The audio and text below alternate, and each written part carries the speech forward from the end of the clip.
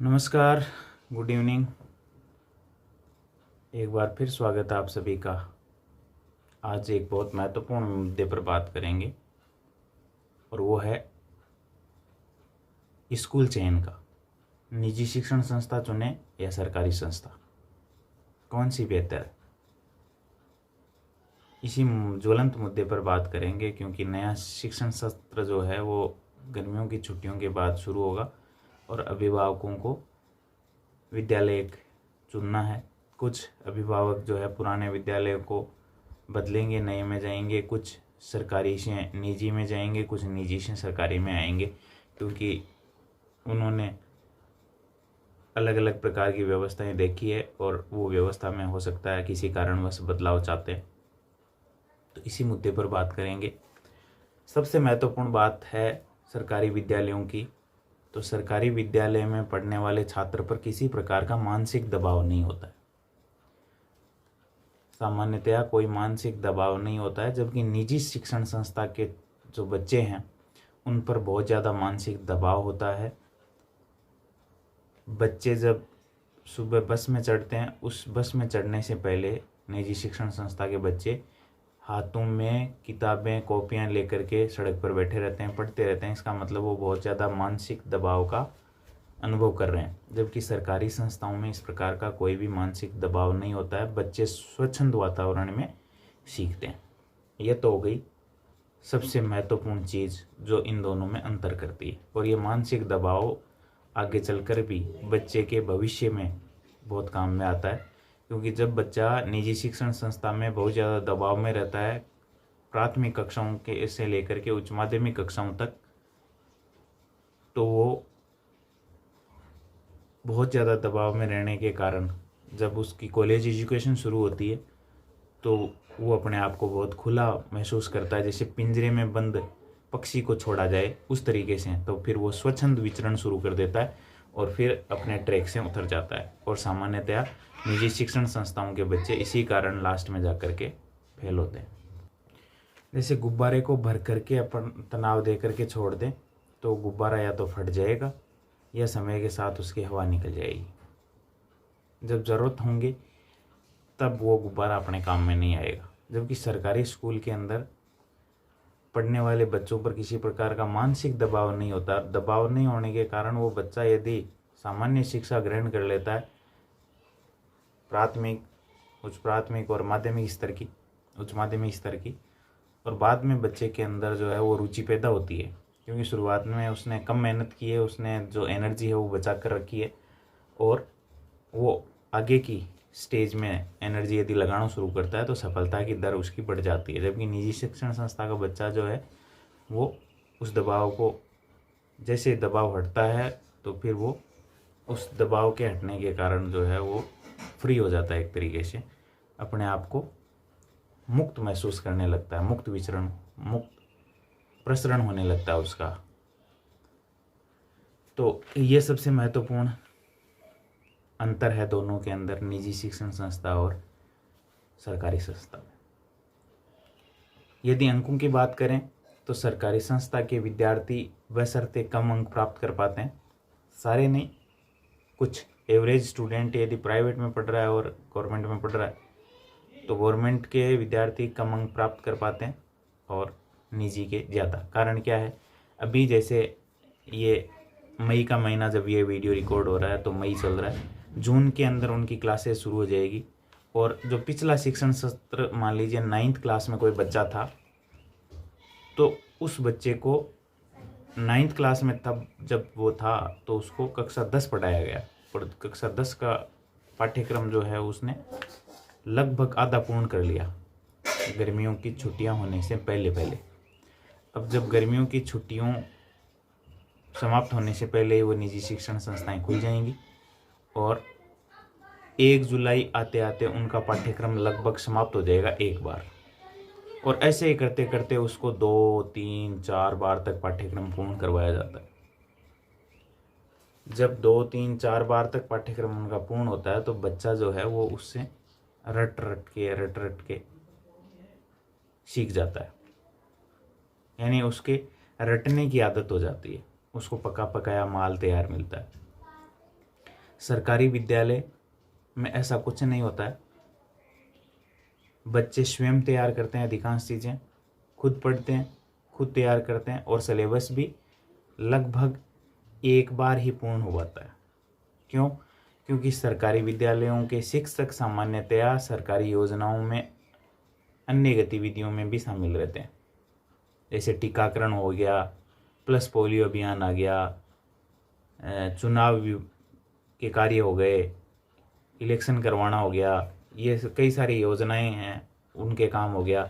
जबकि निजी शिक्षण संस्था का टीचर जो है वो एक ही काम करता है, पढ़ाने का, और बच्चे केवल एक ही काम करते हैं, पढ़ने का। जबकि राजकीय विद्यालयों के अंदर विभिन्न प्रकार की योजनाएं आती रहती हैं। उन सब का क्रियान्वयन भी सरकार ये चाहती है कि विद्यालय स्तर से सुनिश्चित किया जाए। तो उन सभी प्रक्रियाओं की, सरकारी योजनाओं की जानकारी बच्चों को मिलनी चाहिए। तो उसके कारण भी बच्चों के काफ़ी दिन जो है वो ख़राब हो जाते हैं। फिर भी आगे चलकर सफलता सरकारी स्कूल के बच्चे को मिलती है। अब सरकारी विद्यालय के अंदर सामान्यतः सब कुछ निःशुल्क होता है। निःशुल्क किताबें मिलती है, निःशुल्क सामान्यतः ड्रेस मिलती है, छात्रवृत्ति मिलती है, विभिन्न प्रकार के साइकिलें मिलती है, लैपटॉप मिलता है, ट्रांसपोर्ट वाउचर मिलता है, और कई सारी सुविधाएं। लेकिन संसाधन चूँकि सीमित होते हैं, क्योंकि सरकार जो है वो सामान्यतः संसाधन जो है एक मांग करने के बाद या एक निश्चित टाइम फ्रेम के बाद उपलब्ध करा पाती है, क्योंकि हर डिसीजन तुरंत नहीं लिया जा सकता स्कूल स्तर पर। तो संसाधन सीमित होते हैं, चाहे फर्नीचर हो, चाहे पंखे हो, चाहे अन्य सुविधाएं हो, वो विद्यालयों में कम देखने को मिलती है। टीचर्स जो है वो अन्य योजनाओं में भी लगे रहते हैं, इसलिए समय जो है वो बच्चों को कम दे पाते हैं। जबकि निजी शिक्षण संस्थाएं जो है उनमें सुविधाएं पूरी मिलेंगी, सब वेल अप टू डेटेड मिलेगा सिस्टम, और बच्चों को टीचर्स पूरा समय देते हैं, कोई भी उनका मिनट भी खाली नहीं रहता है, और इस कारण वो उच्च अंक प्राप्त कर लेते हैं। अब एक तो शेर है वो खुद शिकार करके खाता है, सरकारी स्कूल का शेर, और एक प्राइवेट स्कूल निजी शिक्षण संस्था का शेर है, बच्चा है, उसको शिकार जो है वो मार करके और फिर उपलब्ध कराया जाता है। यानी सब कुछ उसको बार बार पढ़ाया जाता है, 3 से 4 बार तक पढ़ाया जाता है, फिर उसके बार बार टेस्ट लिए जाते हैं, इससे जो है वो अंक प्राप्त कर लेता है। तो आप अब ये देख लीजिए, यदि आपके सरकारी विद्यालय में एक बार सिलेबस पूर्ण हो जाता है, कोई पद जो है वो किसी टीचर का रिक्त नहीं है आपके बच्चे के लिए,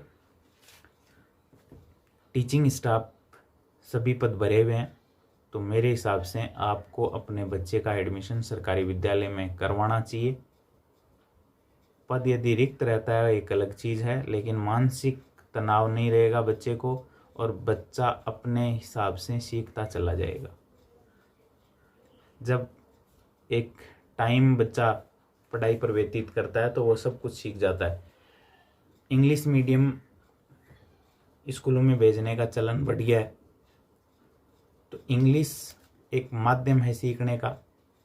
बच्चे का जैसे जैसे मानसिक विकास होगा, उसकी सीखने की प्रवृत्ति अपने आप बढ़ती चली जाएगी। नहीं तो यदि शुरुआत से उसको इंग्लिश मीडियम में डालेंगे तो जिन चीज़ों को वो हिंदी में अच्छी तरीके से सीख सकता था, वो उन चीज़ों को इंग्लिश में नहीं सीख पाएगा, क्योंकि उसको इंग्लिश लैंग्वेज को भी समझना पड़ता है, क्योंकि उसको लैंग्वेज नहीं आती, और फिर उस चीज़ को रटने का प्रयास करता है, तो बच्चे के वो समझ में नहीं आती। तो यदि माध्यम की बात है, तो माध्यम जो है बच्चे में यदि रुचि है पढ़ने के प्रति, तो वो माध्यम जो है आगे चल कर के बदलाव भी कर सकता है, और अंग्रेजी माध्यम में भी बच्चा आसानी से पकड़ बना सकता है। ऐसा कुछ नहीं है, ये अपने दिमाग से निकाल दें कि अंग्रेजी माध्यम में पढ़ा हुआ ही आगे सक्सेस हो पाएगा, ऐसा बिल्कुल भी नहीं है। हिंदी माध्यम में या अपनी मातृभाषा में जितना बच्चा सीख पाता है, उतना किसी अन्य माध्यम में नहीं सीख पाएगा, क्योंकि पहले उसको उस भाषा पे पकड़ बनानी पड़ेगी। भाषा में पकड़ बनाने के बाद वो अपने सब्जेक्ट पे पकड़ बनाएगा, तो उसको 2 जगह पकड़ मजबूत करनी पड़ेगी। जबकि यदि मातृभाषा में सीख रहा है बच्चा तो उसको एक ही जगह पकड़ बनानी है कि उसको सब्जेक्ट सीखना है, नहीं तो उसको 2 जगह पकड़ बनानी पड़ेगी। अब आपको पता है 2 जगह पकड़ बनानी हो या एक जगह मजबूत, तो जोर कम आएगा एक जगह पकड़ बनाने में, ज़्यादा जोर आएगा 2 जगह पकड़ बनाने में। तो यदि आपके पास के सरकारी विद्यालय में शिक्षक सभी उपस्थित हैं सारे सब्जेक्ट्स के और नियमित ठीक ठाक पढ़ाई होती है, आपका बच्चा पढ़ने में ठीक है, तो कोई समस्या नहीं है। उसको निःशुल्क जो है वो शिक्षा दिलाइए और उसका घर पे थोड़ा सा ध्यान दीजिए। निजी शिक्षण संस्था का बच्चा जो है पिंजरे में कैद पक्षी के समान है।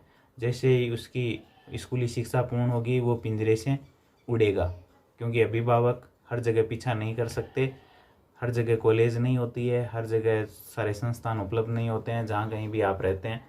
इसलिए उसको थोड़ा सा फ्री छोड़िए, उसको अपने आप सीखने दीजिए, उसको बिना किसी प्रेशर के साथ सीखने दीजिए। उसको निजी शिक्षण संस्था से दूरी बनवाइए उसकी। निजी शिक्षण संस्थाएं बच्चे के मानसिक स्वास्थ्य के लिए कतई बेहतर नहीं है। इसलिए मजबूरी एक अलग चीज़ हो सकती है, आपके सरकारी विद्यालय के अंदर शिक्षक नहीं है, पढ़ाई नहीं हो रही है, वो एक अलग चीज़ है, तब आप निजी शिक्षण संस्था का सहारा ले सकते हैं। बाकी आपको निजी शिक्षण संस्था में जाने की ज़रूरत नहीं है। पहले जब निजी शिक्षण संस्थाएं नहीं हुआ करती थी, सारे बच्चे सरकारी विद्यालय में पढ़ा करते थे, तो जो बच्चे पास होते थे उनका शैक्षिक स्तर भी काफ़ी अच्छा खासा हुआ करता था। क्यों? क्योंकि बच्चे स्वयं मेहनत करके और पास होते थे।